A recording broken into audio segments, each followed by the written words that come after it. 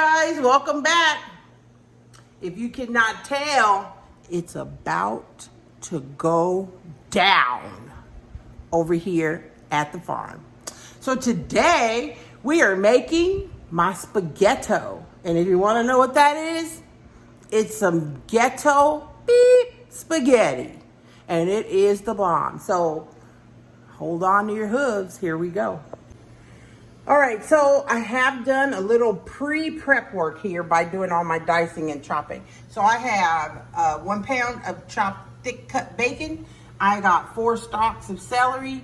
I got 1 large bell pepper, 1 medium onion, about 4 to 5 jalapenos because you know I like my spice. Don't forget that. I got some hot Italian sausage. I got 2 pounds of ground beef. I got some crushed potato puree, some tomato paste, some tomato sauce, some Italian style diced tomatoes, and 2 packets of spaghetti seasoning and pasta. You know, this is the pandemic, and so it's hard to find pasta in the stores. This is what I already had in my cabinet because this isn't my preferred type of pasta, but hey, it was in my cabinet. I'm gonna use it. And I got over here mozzarella cheese, sharp cheddar cheese, and some Parmesan and Romano cheese. I also have the dry grated cheddar cheese, and of course my plethora of spices. All right, let's get into this. You know I got my cast iron skillet. Let me season that up. All right, that's seasoned and ready. Over here on the back burner, I got my water salted well, ready to boil. And for my pasta, I got my oven heated to 375.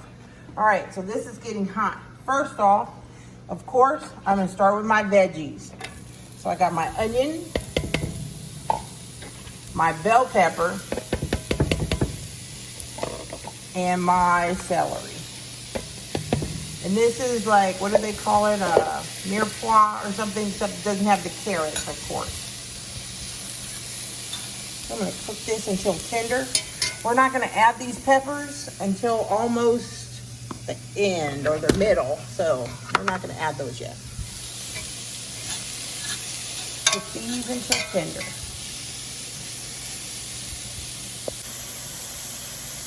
Okay, so you know I love my garlic, so while these are starting to get tender, I have the minced in the jar garlic. I'm gonna put like 3 huge heaping spoonfuls. Of course, if you like to chop your own fresh garlic, that's even better. I love to, but today I'm not going to. I'm gonna also add some garlic salt. Probably, let me see, I'm gonna add 2 tablespoons of garlic salt.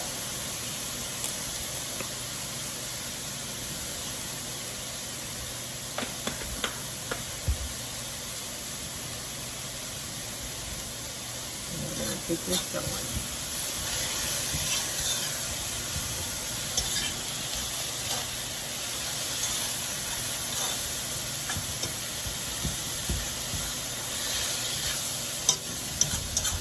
This smells so wonderful. It's really wonderful.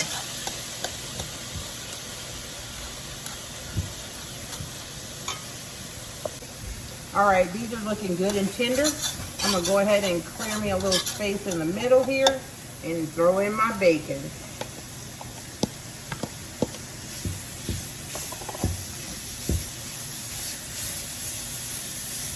I've just cut the strips the short way into little pieces with kitchen shears, and as I cook it, they'll separate into individual little pieces, or at least that's the plan, right? Okay, again, this is my thick cut bacon. It's not super thick, but the package said thick, so we'll see. Now, if you don't eat pork, you can leave out the bacon, or you can even cut up some turkey bacon. And of course, you don't need to cook it. It'll already be, or you know, it's kind of pre-cooked. So you can, you know, brown up some turkey bacon and cut it separately and add it in later, so that it doesn't get, you know, overcooked. So I want to cook this until it's pretty much well done. And leave my vegetables on the side while my bacon kind of cooks up here.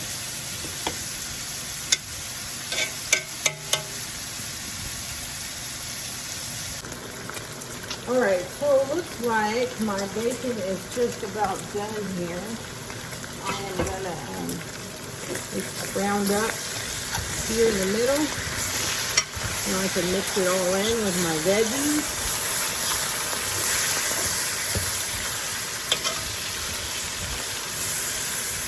And now I'm going to drain all the excess fat. Okay, so let's drain that excess fat.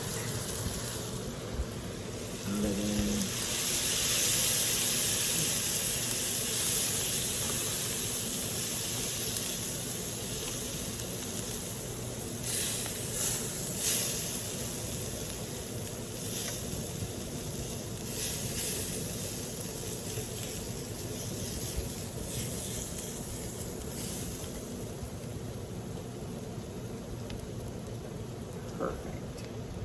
All right. Now, I'm going to take those droppings and I'm going to actually add just a little bit of water to glaze them up onto the bottom of my pan so that my next item doesn't stick. And my next item is going to be my hot sausage. I'm going to add that and my ground beef.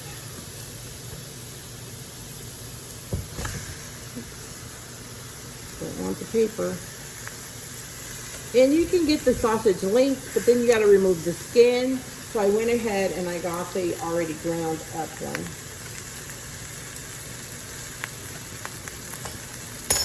I have that going in there. I'm going to add my ground beef.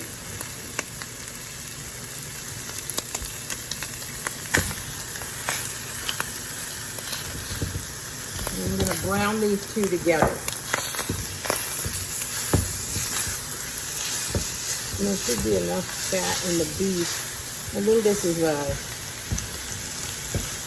not sure, I think it's a 2080.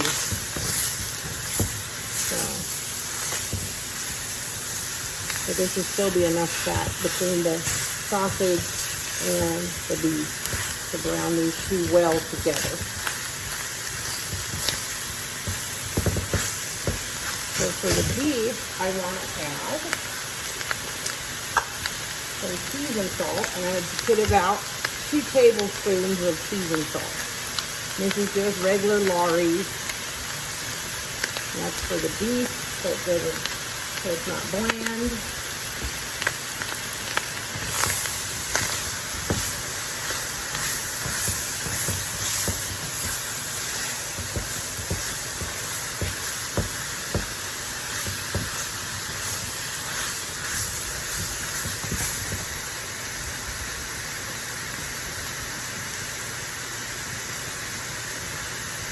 I'm going to stir in another half cup of water because it will actually cook off. As the meat cooks, the water will evaporate.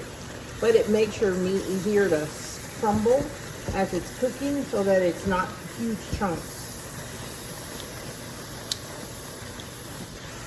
You want to kind of smash it so that it's all about the same consistency. If I wanted meatballs, I'd make meatballs. So I don't want big chunks of ground beef. I just want it all uniform size.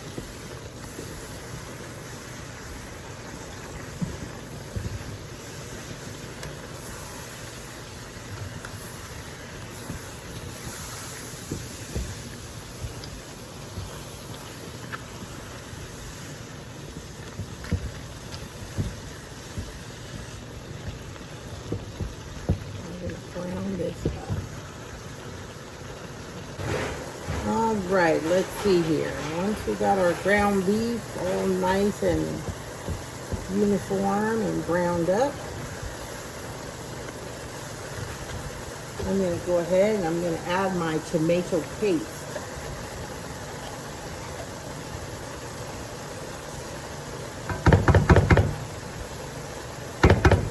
Tomato paste. It's a 1 12-ounce can here of tomato paste. I'm going to melt that into your meat.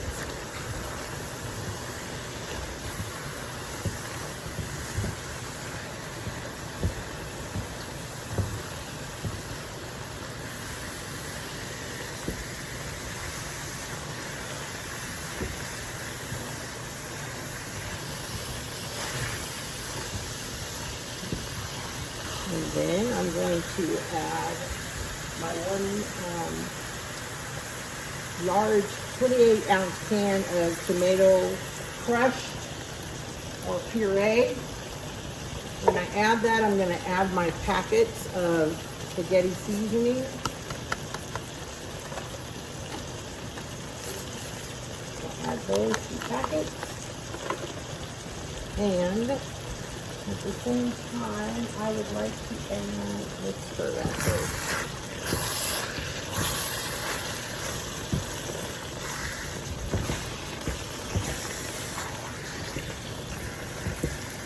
So as this heats, I'm now going to turn it down to like a medium low, because as it gets thick, the tomatoes will start to splatter, and they're hot, so I don't want them splattering on me. I'll get that mixed in.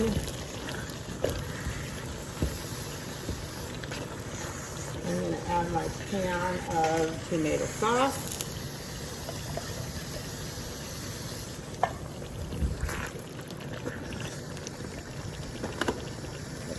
I'm going to add a tablespoon of black pepper.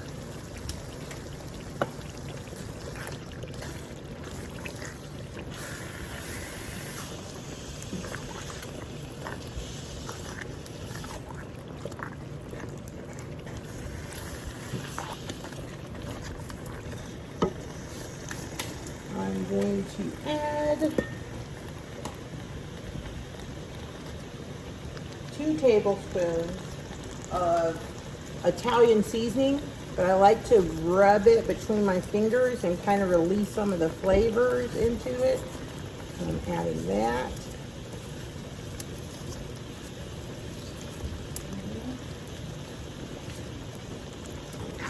Throw that in.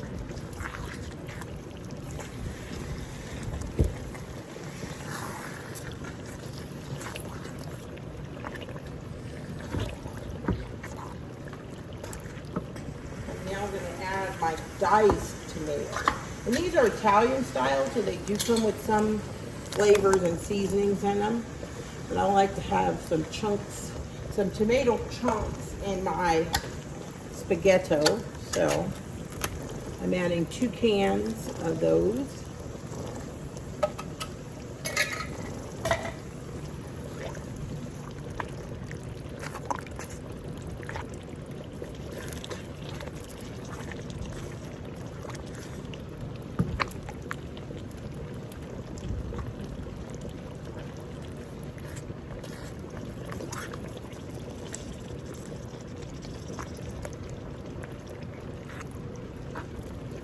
Okay, I'm going to let these flavors simmer and marinate for about 10 minutes. Okay, now that that's marinated and kind of cooked for about 10 minutes, I am going to stir in 1/2 cup of plain white granulated sugar. And it's not going to be sweet, but it's going to take a little bit of the acidity out of the tomatoes. So you want to do that.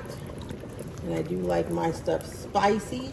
So now I'm ready to add my jalapenos and crushed red peppers.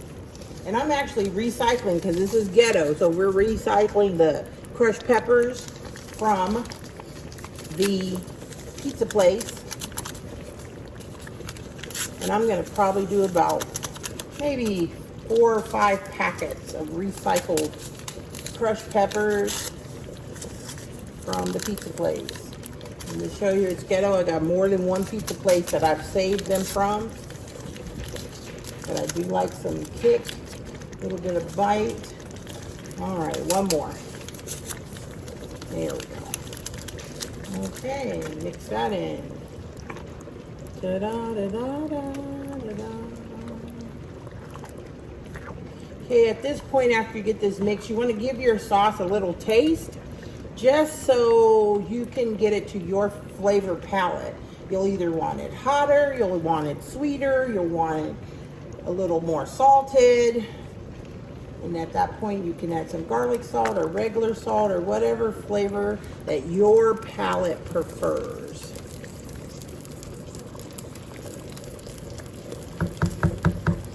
Okay, and I'm turning off the heat on that.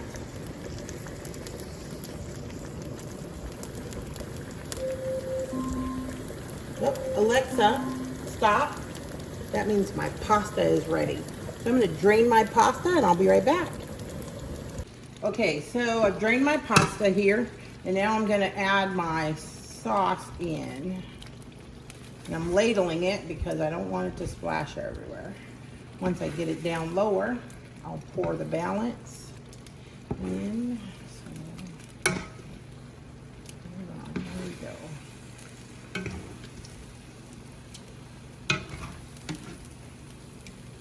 Yeah, I think it's ready to pour now. Okay, pot holders here, so we can pour the balance. Okay.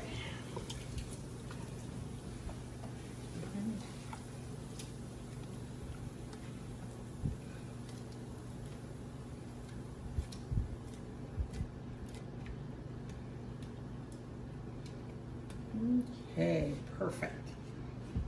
Thank you. Okay, so I put my sauce in. Now I'm going to add my onions and bacon, my mirepoix basically with the bacon in it. We're going to mix all that well.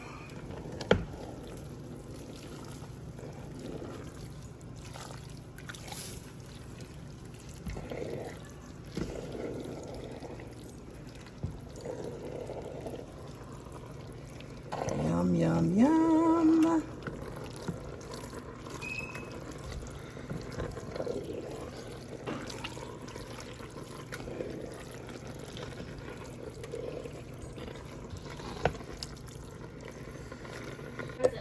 Okay, once you got it mixed well, you need to add 2 cups of cheddar cheese, 2 cups of mozzarella cheese, and 2 cups of the Parmesan Romano.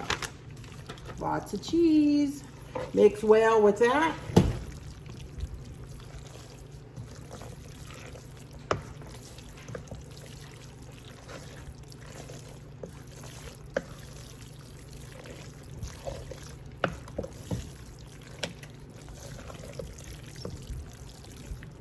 Make sure you stir all the way to the bottom. That looks so good. And I love my cheddar, so I'm going to add a little bit more cheddar just because I love my cheddar. Okay. You got to know any recipe, tweak it to your flavor preferences. That's the best you can do. Now, once that I got all my cheeses mixed, I'm going to transfer these to a baking dish. Okay, go ahead and transfer these.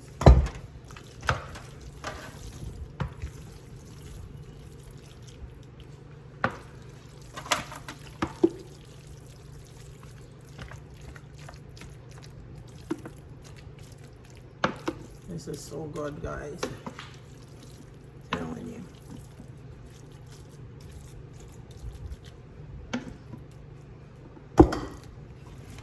I didn't have one big pan, so I decided to use 2 medium-sized pans. I'm gonna flatten it and spread it out here.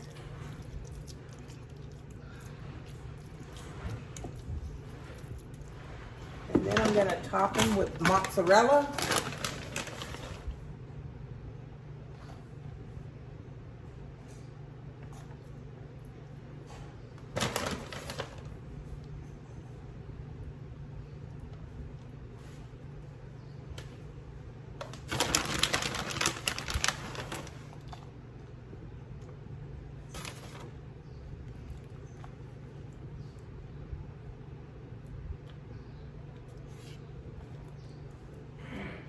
Once you get those topped, you're going to take your dry grated Parmesan. You're going to sprinkle over the top.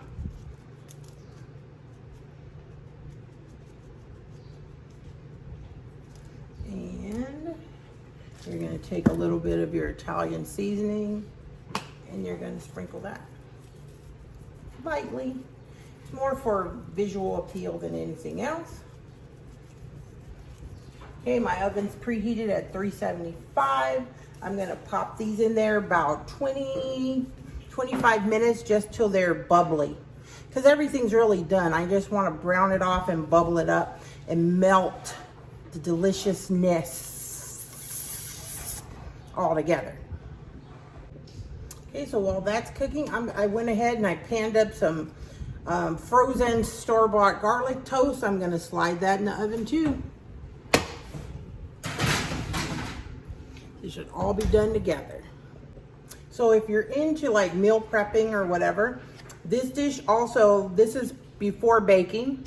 What I do is I put it in my container, seal it, press the air out, freeze it, and then it's microwavable. Heats up perfectly. All right, look at that, baby. Look at that. Woo, woo. All right, so the spaghetto is out of the oven. Out of the oven. All right, so I'm gonna dish me a nice chunk. Whoa, whoa, whoa. I missed a little piece. I don't wanna miss none of this goodness. I'm telling y'all.